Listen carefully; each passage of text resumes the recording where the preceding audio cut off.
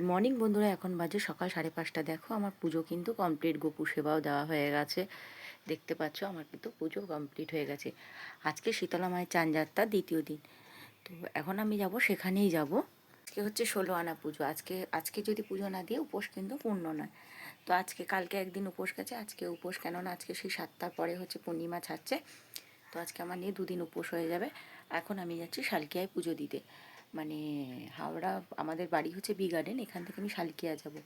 ঠিক আছে, 3টে টোটো চেঞ্জ করে যেতে হবে আমাকে। তো এখন আমি যাচ্ছি ওখানে পুজো দিতে, 5:30 বাজে।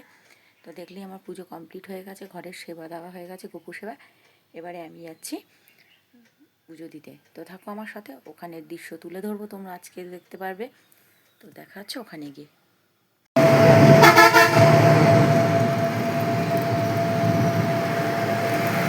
সকালের রাস্তাটা দেখো, ঘুরে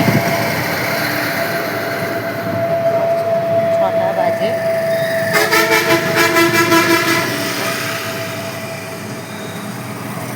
মোটামুটি রাস্তাঘাট পুরোটাই ফাঁকা। আমি লাইনটা খালি দেখাচ্ছি, দেখো দেখছো। আরও পিছনে এই লাইনটা পুরো ঘুরবে, যেটা আমি দাঁড়িয়ে আছি এটা এই দিক দিয়ে ঘুরবে শেষ মাথাটায় গিয়ে।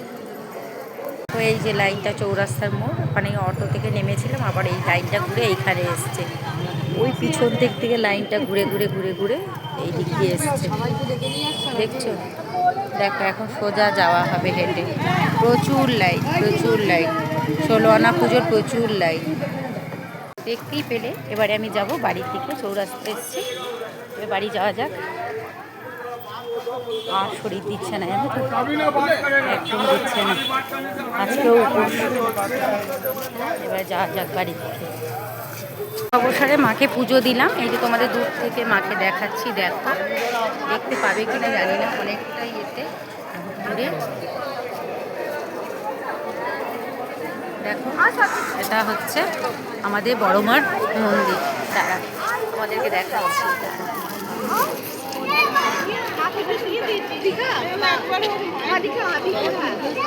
দেখতে পাচ্ছ হয়তো দূর থেকে। দেখো বড় মাকে দর্শন করালাম। এই যে আমাদের বড় মার মন্দিরটা দেখো ভালো করে। প্লাস্টিক ক্যারিব্যাগটা আগেই খুলে নিন, প্লাস্টিক প্যাকেটটা খুলে রাখুন।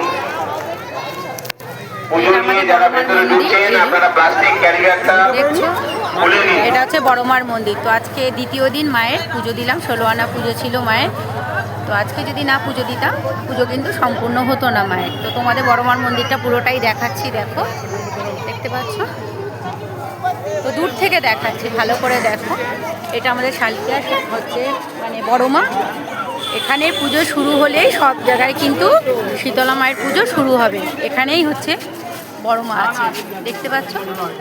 তো আজকের ব্লগটা তোমাদের কেমন লাগলো তোমরা কিন্তু অতি অবশ্যই কমেন্টে জানাবে। দেখা হবে পরের ব্লগে। টাটা।